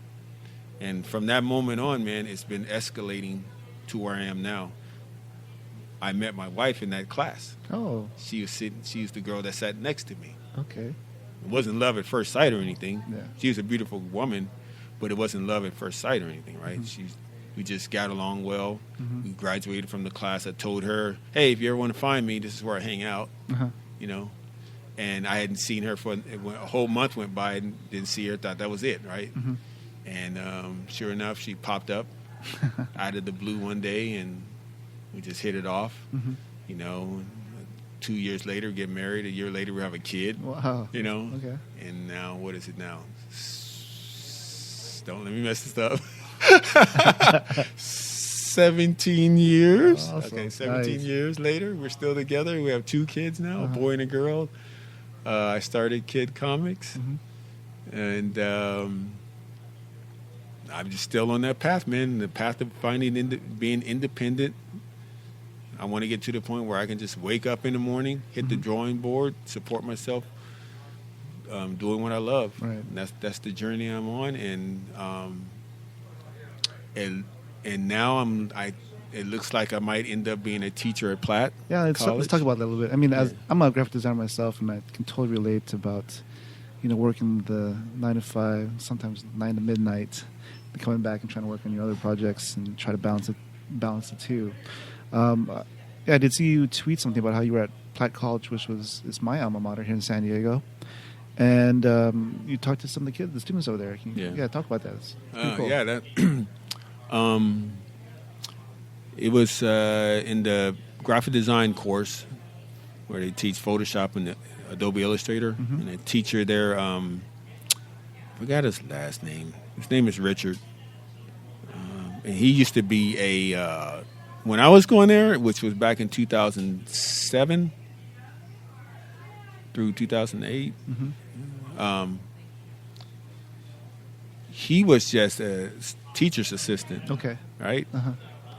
So I went back to visit earlier this year. I went back to visit and found out he's actually one of the instructors there now. I was like, oh, wow. And he was happy to see me. I was happy to see him. And he asked me if I would be interested in coming to talk to his class. And I was, yeah, man, sure. And I didn't hear from Platt for a couple of months. And then all of a sudden I got the email about it. Went to go talk to the class. Just basically told them some of the stuff I just told you and how it pertains to what they're doing, graphic design as a professional. I gave them some of my experiences and stories in the world of graphic design, and how it is to be a professional, and what is required. And after that was over, I was approached by one of the administrators there, who offered me the opportunity. He thought it'd be a good idea to maybe start a comic book course there, because there's a lot of students who are interested in that, and obviously comic book culture is becoming a thing in America. Finally, it's becoming a little more, far more accepted and more respected, especially as it pertains to films. Right. So Platt I think his plan is to incorporate that into their curriculum and develop a relationship with the film industry through comics. Okay. And I would be the liaison to making that happen. Okay. So right now we're putting a syllabus together, and that's all I can really say on it. It's still being developed. We'll follow up with you on about that. That's pretty cool. But it's looking really exciting. I never imagined myself in this capacity, being a teacher, because I'm still on my personal journey as far as art goes. But I do know I have no plans on sitting at a drawing table and as much as I do now, because I don't go to bed till 3 a.m. every night. Drawing and planning and working and just everything that pertains to running a company. So We'll get some coffee after this podcast. yeah, that sounds good. That sounds good. But physically, I can't do it too much longer. So and I didn't think I would get to the point, but I'm actually getting to the point where I'm comfortable now, letting other artists work with my babies, work with my ideas. You know, that's something I didn't think I would get to that point. Yeah, the power of leveraging is exponential. I mean, you can accomplish a lot more, but you do have to have that trust. Yeah, the trust in there. Yeah, it's even hard to let someone else ink my work right now. It's still hard for me to let someone else ink my work because you're afraid that they're going to mess up your vision or, and you put so much work into it. It's kind of like, you can ink on the computer now these days, right? No? I don't have a tablet. Oh, I don't do the tablet thing. I don't do the digital thing. I still work with pencil and paper. Okay. And I prefer it because I believe I have an aftermarket with it, whereas I can go to a Comic-Con and sell original pages. Can't do that with the digital stuff. Got it. You know? I like to have a reason to go to the art store because I love art. I like art supplies. I love the smell of fresh new paper and the look of it and just the texture of it. Yeah. So I'm into that stuff. So you have any questions, Alex? It ends up being digital anyway when you scan it in. So only the drawing part is traditional, but once I scan it in, it's all digital anyway. So in the course of promoting Power Nights and Kid Comics. Obviously, we met you at San Diego Comic-Con this year. I mean, what other cons have you been to so far this year? I went to MechaCon in Detroit. Shout out to Maya Crown Williams. She probably Maya. Excuse me. Everyone calls her Crown, but she's based in Detroit, and I think maybe 3 years ago she started what is called MechaCon, which is it's a smaller Comic-Con that she's trying to take to the next level, and it gives independents an opportunity to shine where they're not competing against the big boys. Sounds like a con that we want to go to. Yeah, for sure. It was great, man. It was great. I had never been to Detroit, so I didn't know what to expect, but she put it together. She stayed on me about being a part of it, because at first, like I said, I knew about it, but I had not planned on doing it originally because of the distance. Yeah. But it was affordable, which was good, to get a table there, and it obviously gives me an opportunity to spread my wings and meet new people. And the other great thing was I actually got to meet my own collaborator, Chris. I had never met Chris in physical, in real life. Oh, okay. It's been online. Oh, really? Yeah. Wow. So that's my first time. Where's he based out of? He's in South Carolina. Okay. So because Detroit's like a little midway point, maybe? Huh? Yeah. And the other people I communicate with on Facebook, I got to meet the other artists and creators. Because when I'm in San Diego, I'm usually hobnobbing with the big boys. When I meet those people, the Jim Lees and the Jeff Jeff Johns of the world, I get to meet with them. But obviously, I don't know them personally, so it's just a meet. It's just like, hey, how you doing? Nice to meet you, type of thing. But with these guys, the Detroit thing was, we actually all went out to dinner and got to know each other better and networked and communicated, and especially for minority artists. I think this is what they're calling our is it golden era or silver or whatever maybe it is. Silver. Yeah. Where even with the Marvel and DC, obviously there's a diversity movement going on right now. Yeah. So it's funny. There's always a lot of bickering on Facebook about what Marvel and DC aren't doing with minority characters, right? Yeah. And I'm kind of secretly, in my mind, I'm like, good, don't do it. Let me do it. Right. So I'm like, I don't know what you guys are talking about. This is our opportunity this is our niche. Yeah. If Marvel doesn't do it, this kind of good. It gives us an opportunity to build an audience for ourselves. If they're doing everything, then it kind of shuts us out the door again. So, and I knew Marvel and DC were about to get on it big a couple of years ago. Man, I kept asked Chris, man. I told Chris, look, man, I see where they're going. I got to get there before they do. And because it's in full swing now with the Black Panther movie coming up, and Luke Cage just came out on Netflix. Luke Cage, Netflix is awesome, man. Yeah. That's a new model for media right there. No, definitely. And that's going to work for independents too, because that's going to be. I I think you're gonna start seeing more and more independents have the opportunity. If they have a good product, they're gonna have the opportunity to expand and to film through Netflix, because you don't have to worry about censoring and all this other stuff, all these other politics that come with the big studios. Yeah, I think just online media in general is like a new equalizer for trying to get your message out there. Yeah, I imagine Kid, looking down the future, I imagine Kid being a multimedia thing. Imagine going to a Kid website, right? Mm-hmm.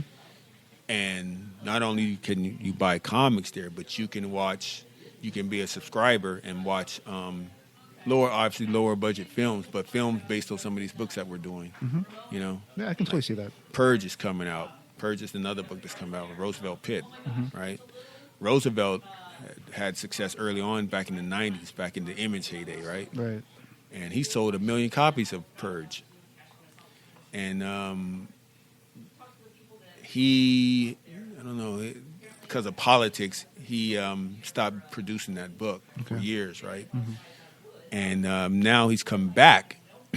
Before he met me, he's bringing Purge back, right? And I think he had a Kickstarter that didn't raise the money he wanted, he needed. Mm-hmm. So he wanted to retool it. But he reached out to me because he liked where Kid was going. He liked the feel of Kid and what we were doing and the energy behind it. So I think he knew Chris before he knew me, Chris Ward. So Chris brought it to me like, hey, man, how do you feel about bringing Purge on board and helping Roosevelt retool it for today's audience? So that's what we did. It's not out yet. The Kickstarter was successful. Mm-hmm. I redesigned his costume. Okay. I upgraded his costume. Cool. We reworked the story a little bit, but the essence of the character is still there. The main ingredients of the character is still there. He's basically a person who had his mind augmented as a child. He was experimented on, and he basically has a computer mind, right? Okay. He created this modern city, the city that imagine Batman, but Gotham is actually the city he built. He's not a superhero of that city. He also actually built the city. So that's what Purge is. Purge built a society, an ideal society within America. That's crazy. Like almost like a sovereign government within America. That he is also the enforcer of the politics that goes on within that city. And so he's judge, jury, and executioner, basically. kind of, sort of. He just makes sure that the philosophy and the I don't want to say religion, but the culture of the city is maintained. Mm-hmm. You know, because I guess as far as morals go, you know, the way people carry themselves and stuff like that. Now, of course, people are people, right? Mm-hmm. Not everyone's going to be down with that. Some people are going to see that as some type of dictatorship. So he has to deal with that. Cool. He also has to deal with the chief villain who wants to take his technology and everything he's built and use it for his purposes. Mm-hmm. You know, so there's internal forces he's dealing with and the external forces that he's dealing with. Mm-hmm. But you would have to, for any more in-depth information, you have to talk to Roosevelt because I can't give you that. But we'll definitely try to get hold of him. Yeah, but that's going to come out under Kid sometime before the end of this year. Cool. Well, anyway, I just want to read this little excerpt that you have at the end of issue number 2. Oh, yeah. I thought it was pretty profound. Okay. It says, "Be You," written by Keithan Jones. It says, "I've been hit in the head a lot, not by a bat or someone's fist or anything like that, but by the truth. For many years I was chasing perfection, agonizing over the technicalities and minute details of my art, my style. It was never good enough. And at times it spilled over into self-hating temper, tantrums. And I know that millions of people share the same struggle, and I can point to the root causes of their affliction. However, the cause is not my focus. Most of us already know the answer to that. Our guilts, our envies remind us every day. I thought that's pretty profound. Thank you. You want to expound on that? Yeah. Yeah, I hope people read that too. I hope they don't gloss over that little insert back there. That was a revelation I had, an epiphany I had. I noticed that anytime I try to force something, it usually doesn't work out the way I want. Okay. And that crossed over into my art. Like, I thought, if I draw it this way, it's going to hit. Everyone's going to love it. Like, young artists find themselves mimicking whoever's hot at the time, whether it's like Jim Lee or Joe Mad Madura. Yeah. And they'll incorporate that person's style as close as they can get it without actually ripping them off, right? Because they think that's the trend. That's what people like. That's the best style in the world. And I'm not like that guy. I'm not going to be successful, right? Okay. Or instead of doing that, they'll do some type of art that, in their mind, they work on it super hard. They put all the detail in the world into it, and they see all the little imperfections, and they rack their mind over it. Like me, I would like see something in the corner of my drawing that just bugs the crap out of me, and I'll erase it 1,000,000 times until I get it to the point where I like it, and I think that this is it. This is the greatest piece I've ever done, right? Right.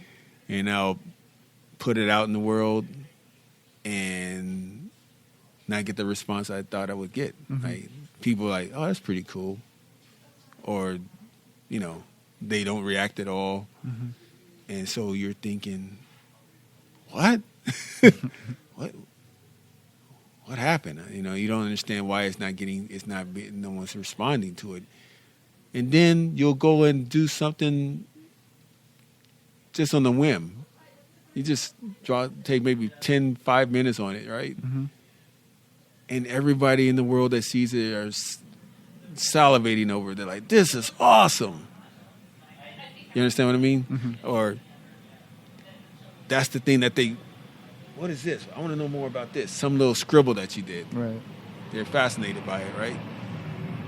And what I come to realize is that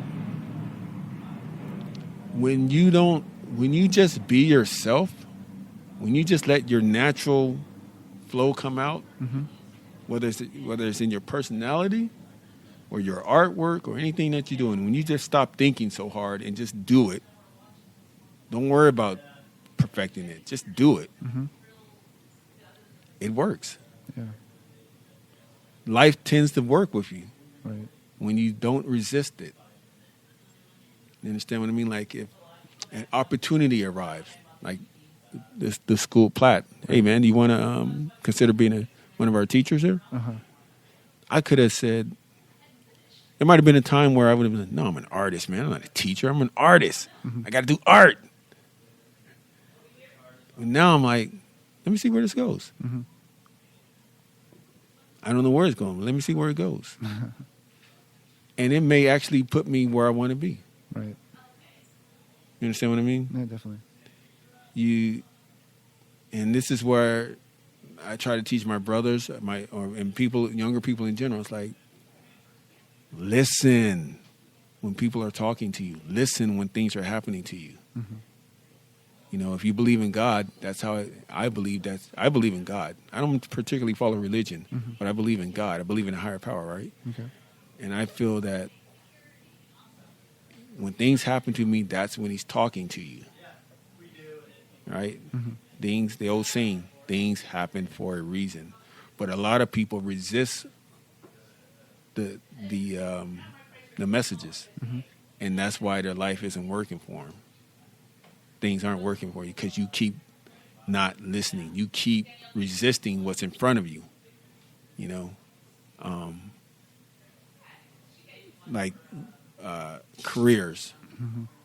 People out there who are making good money, right? They got the car, they got the house, everything, right? And they're miserable, right? Miserable. Why am I so miserable? You're not doing what you like doing. It's that simple. When you're happy, you're over here. You like knitting. You like to sew caps.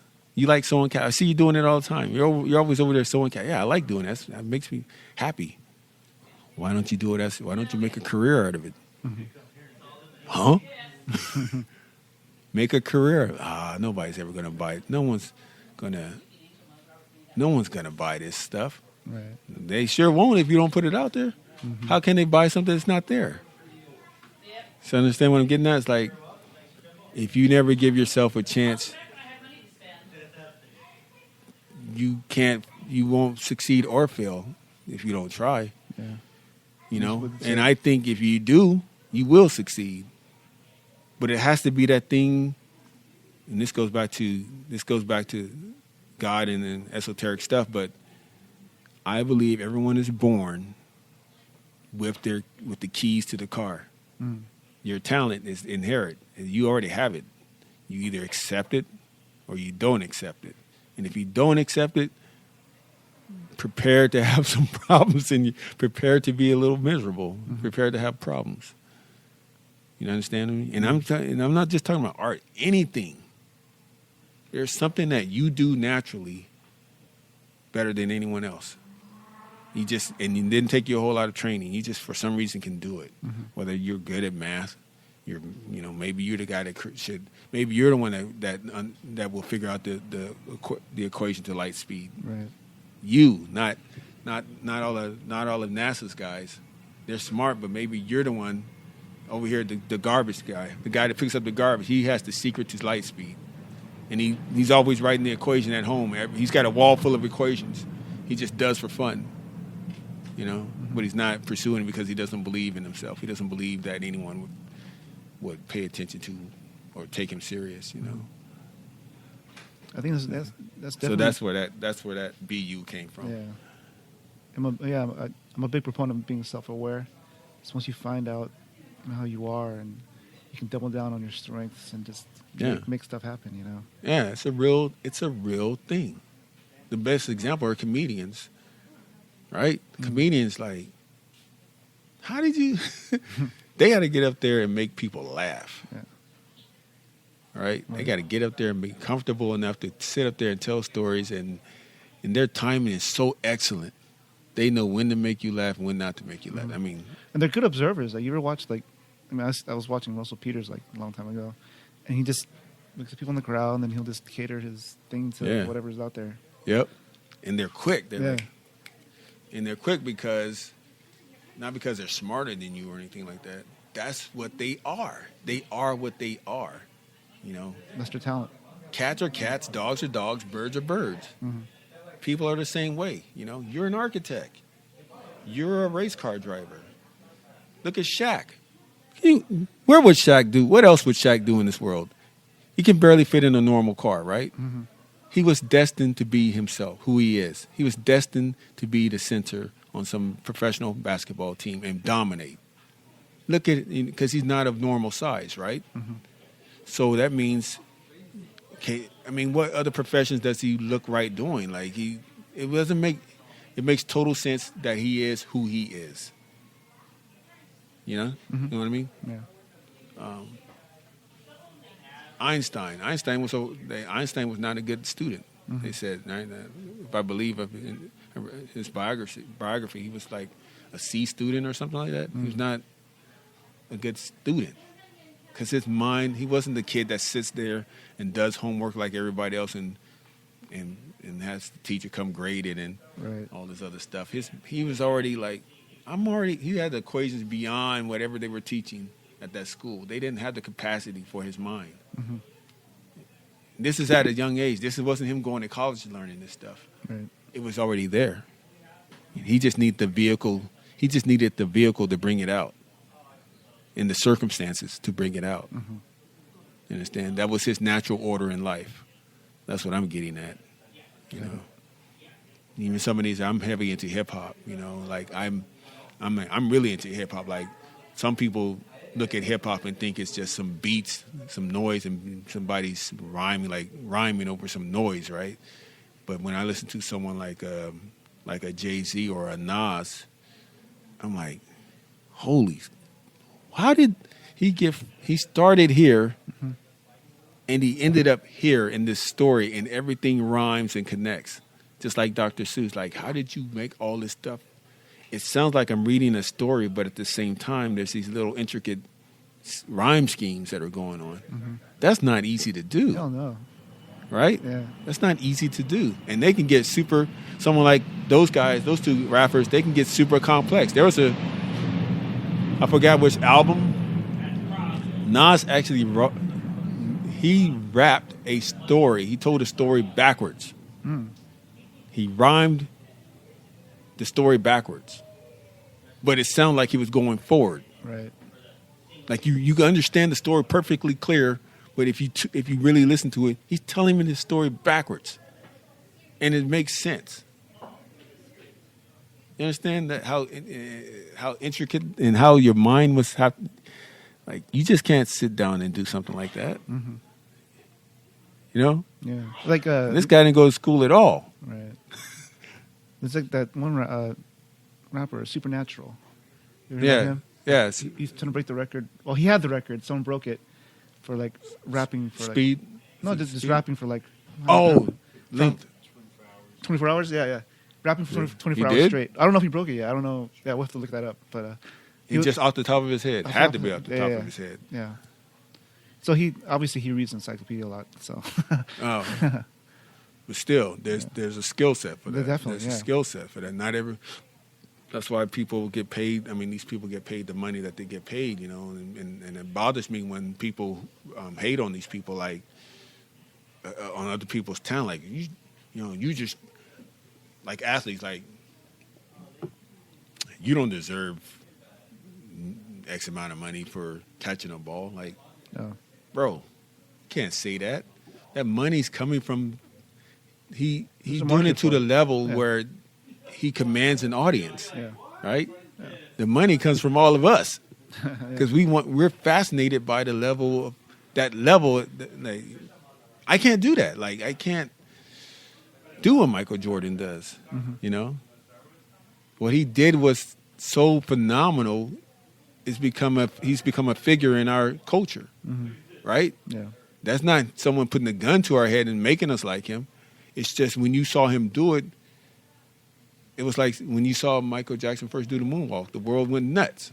Mm-hmm. When he first did that moonwalk, people were like, "What did I just see? What did I just see?" And these people are who they are for a reason, you know. They just happen to find their spot. Whereas most of us, I think, don't find our niche. Right. So we struggle through our lives because we fall into the whole, I got to get a job, I got to pay my bills, then I'll retire, and then I'll have fun when I retire, when you're too old to do anything, you know. But I think that's changing nowadays because, I mean, you look at the people who are successful, like, internet entrepreneurs, they don't go the college route sometimes. Yeah, I think it's... I think now with the internet, you see so many. There's a real independent culture going on now, for sure. You know, and a lot of it's out of necessity because of the jobs. You just can't go out there and get any kind of job anymore because I think there's a light and dark side to having the internet now. It's hard to I really feel bad for musicians because they can't. Anybody can get their stuff for free, you know. And I think it's really unfair because they put a lot of work into their music and they're artists and it's legitimate work. And it's a moral choice for someone to buy their stuff now. Like, I don't really have to buy it. I can just go on YouTube and listen to this entire album, or I could get a copy easily from some source off the internet, you know, instead of paying you for it. So I think... it's interesting, like you mentioned that because I remember a few years back, Radio had released an album, and they let you decide how much you want to pay for it. Right. So, and I think at the time, I put down $10. Did you? Yeah. It's a weird space we're in right now. I honestly believe that society, the country, and society as a whole, at some point, government's going to have to implement a new commerce model because of digital technology. Like, maybe not government, but I think it's naturally going to happen anyway. But it's not going to be. You just can't say go out there and get a job anymore, a good job anymore, because you can't just go out there and do stuff that the machines are doing now. You understand what I mean? Like you can't have like no. It's harder and harder just to have absolutely no skills and go out there and get a good paying job. Yeah, I mean, there's going to be some time for us to sort of acclimate to the new ways of the world. Yeah, you have to do it, man. And I think, and mark my words, I'm gonna end this interview on this. Mark my words. VR is the future of everything. Yeah, it's funny you mentioned that. There's a guy named Gary Vaynerchuk I follow. I think he mentioned something about VR. Yeah, VR. People think of it as just video games right now. Yeah. Video games is going to be huge because of it. Yeah. But medicine, architecture, travel. Here's the scenario. Want to go to? Oh man, I have a Comic-Con in New York, and there's 2 hotels I could stay at, but I'm not sure. I wonder what the rooms look like. Currently, you can look at photos, and you can scan around the room and look at photos. Yeah. But with VR, you go into the hotel, put the glasses on or whatever, go into the hotel in a virtual space and actually walk around in there and see if it's acclimated to what you want. Right? Yeah. That's what I mean. Now, some 3D artist is going to have to be paid to build that experience. Some artist is going to have to design the advertising for it. Someone's going to have to narrate it. Right?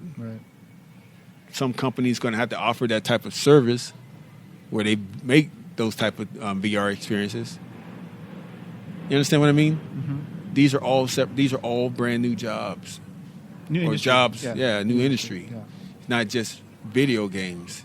And someone in video games can migrate to that if they don't want to do video games anymore. Their same skill set can be used in for this hotel.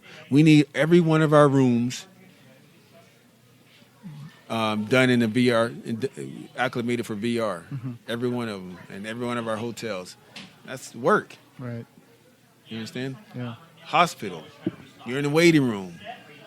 You know, what's wrong? You know, right now you just get X-rays. Well, I don't understand what you're talking about, doc. Okay, look, let's just go inside your body and show you what I need to fix, or what the smoke is, or what your cancer is doing to you, or what when you eat bad, this is what's happening to your liver, or drink. You know what I mean? Right. You can take people into this stuff, you know, and explain to them this is what we need to cut. And cut these 2 together. This is what I do. Then they have more appreciation for the doctor now. Like, oh man, you got to do all that. All right, I guess I can. You know, I understand why we pay you so much for this now. You know, classrooms. Right. You know, teaching medicine VR. You walk them into their body and teach them about their body in real time, and that's another thing. Imagine VR in real time. Imagine instead of going into a mock-up model or something of your body, they hook up some probes and you actually are in your body real time, inside of your own body in real time. You know. Yeah. Nanotechnology. VR. You know what I mean? And then of course, I can't wait to go to Disneyland and go to Star Wars Land and actually sit in a real life-size Millennium Falcon. I can't wait for that. But stuff like that, you know, or you're at home, like I feel like going to indoor. I feel like going to indoor for real. Yeah. Instead of just having a controller in your hand and looking at your flat screen TV, put the glasses on, you're really in indoor. And you're walking around, you know. You don't even need a story. I just want to walk around and get into something. Right. You know, what happens if I shoot this stormtrooper? Now you got a bunch of stormtroopers chasing after you. You get on the speeder bike. You're going through the forest, you know. Someone has to build all this stuff. So that's what I mean, you know. Yeah. Just anything, Coke advertisements and food advertisements, and it's a whole new industry. Definitely a lot of applications for VR, for sure. Yeah, so I think that's where it's all going to go. But that doesn't mean I'm not still interested in sitting down and reading a comic book or a book, like a book with paper in it. Yeah, there's still something about the tactile sensation of reading a book in your hands. For me, it's nostalgic because, as a kid, I read a lot. Yeah. So, I have a Kindle, and sometimes I read stuff online, but there is nothing like holding an actual book. And you don't need batteries. Yeah. All you need is light, somewhere to sit down. Right. Yeah. Sometimes you want to get in your bed before you go to sleep. I do it. I get in I did everything I was going to do for the day, get in the bed, put a couple of comics on the nightstand there, and just read them until I fall asleep. For sure. Well, nice and comfortable, So, yeah, man. So I guess the last question I'll ask you is, if you have any advice for like aspiring artists out there, what's one piece of advice that you can give to them? As far as how do you, once they know that they're talented, how do they proceed to how to get in? Yeah. What you want to do? Yeah. Obviously, there's hustle, there's hard work, right? Yeah, there's no way around that. Yeah. This goes back to what I was saying a little while ago. Don't think too hard. Mm-hmm. Don't rack your brain over trying to come up with the most unique thing in the world. Just do what makes you happy. Mm-hmm. And don't worry about what people think. Don't worry about looking like a weirdo or having a style that's not in style. Mm-hmm. All of it's already there in you. It's there. Right. Figure out a way to recognize it, listen to it, and let it come out. It sounds easy, but it's very hard for young people to accept who they are. Mm-hmm. They always want to be like their hero, or fit in with their group of friends or something like that, right? Okay. Same thing goes with artists, man. We want to be liked. We don't want to hear rejection, but you're going to hear rejection, and you gotta learn to ride with it. Don't let it define you. Mm-hmm. Okay, learn from it. Okay, I went this direction, it didn't work. Okay, well, don't go that direction next time, but don't let it depress you. Or if you think, be brave enough to continue on with it. So if you want to draw a comic book about pink bunnies, do it. There's enough people out there. What I've learned is that every artist has fans. There's someone out there that's going to like your stuff. Mm-hmm. A lot of people are going to like your stuff. The trick for you is to figure out a way to get your stuff out there where they can see it. And that's where social media comes in. Mm-hmm. So you're putting something down on paper, or you're creating art because you want other people to see it. Otherwise, you might as well just keep it in your head, right? Right. So if you're going to do that, then use social media to your advantage. Post your artwork. Be positive.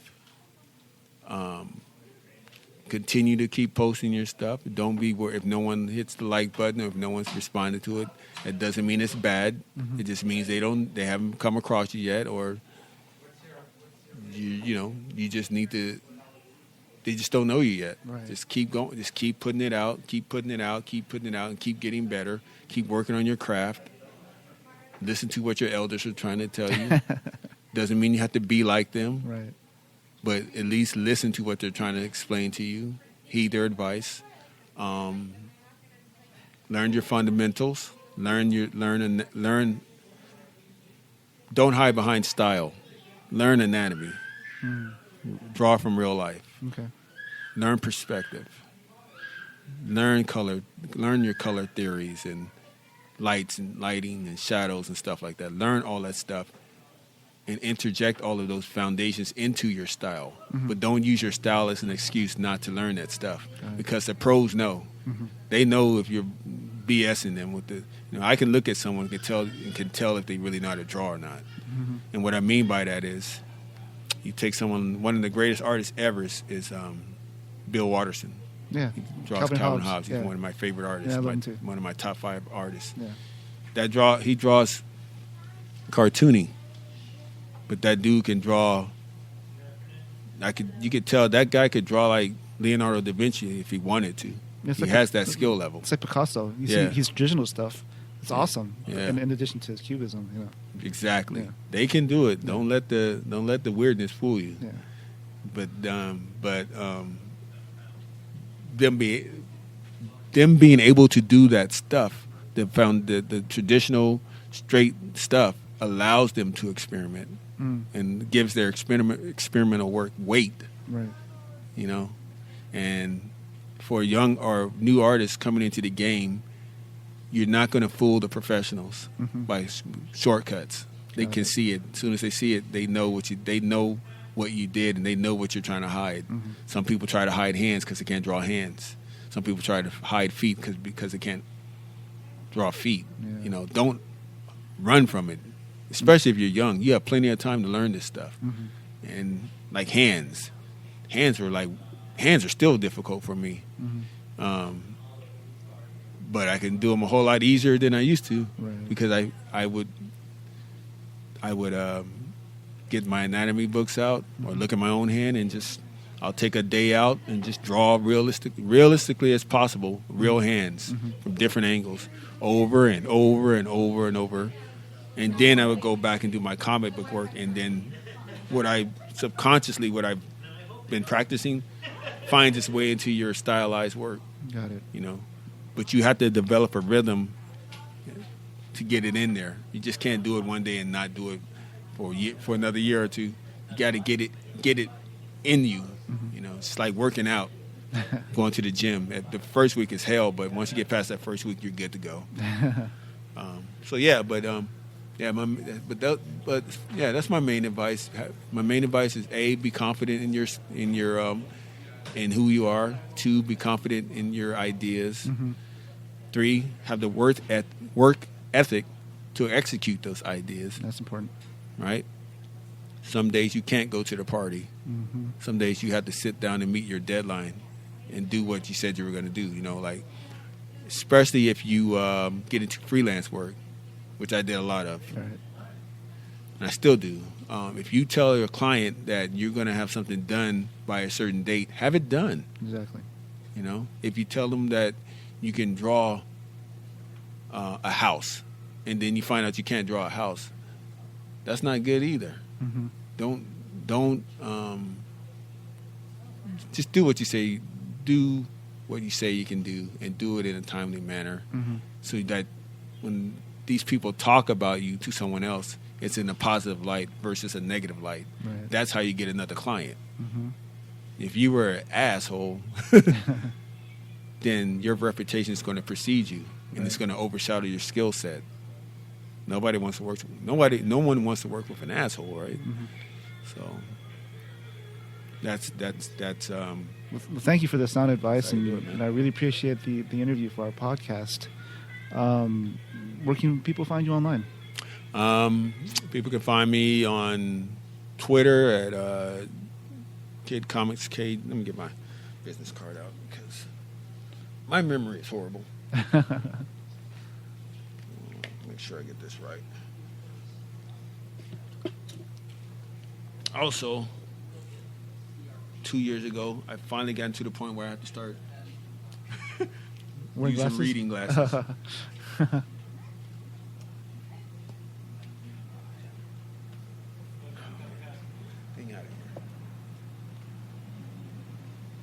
You can tell your listeners I'm trying to get the reading glasses out of my pocket. I guess while he's doing that, we'll give a shout out to Kamikaze here in Liberty Station, San Diego. Yeah. For all right, the old man's got it out.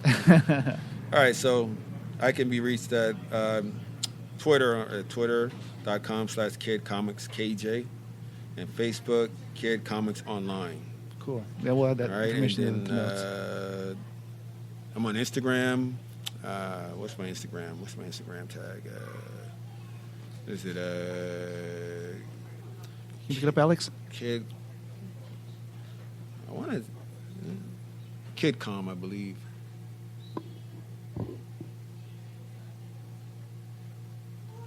Or you can pull up Keithan Jones.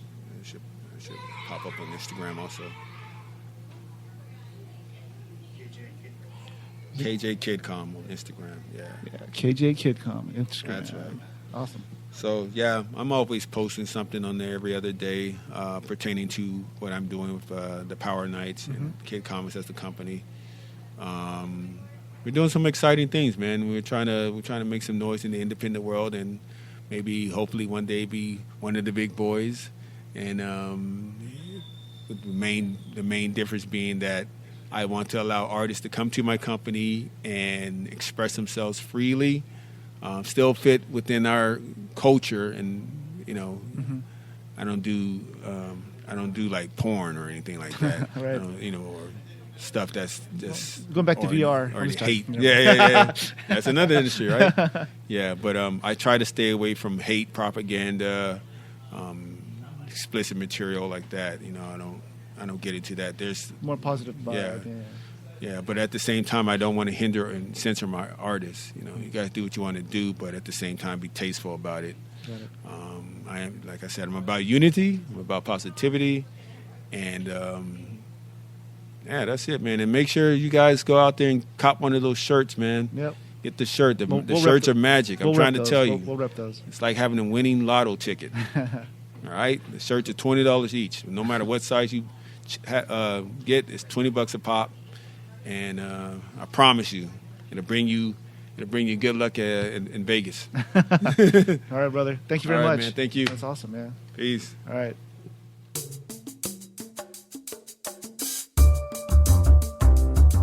Thank you so much for tuning into the HallH.com show. We value your input, so please let us know how we can make the show even better and what other guests you think we should interview by leaving a comment below or engaging with us on social media. See you in Artist Alley.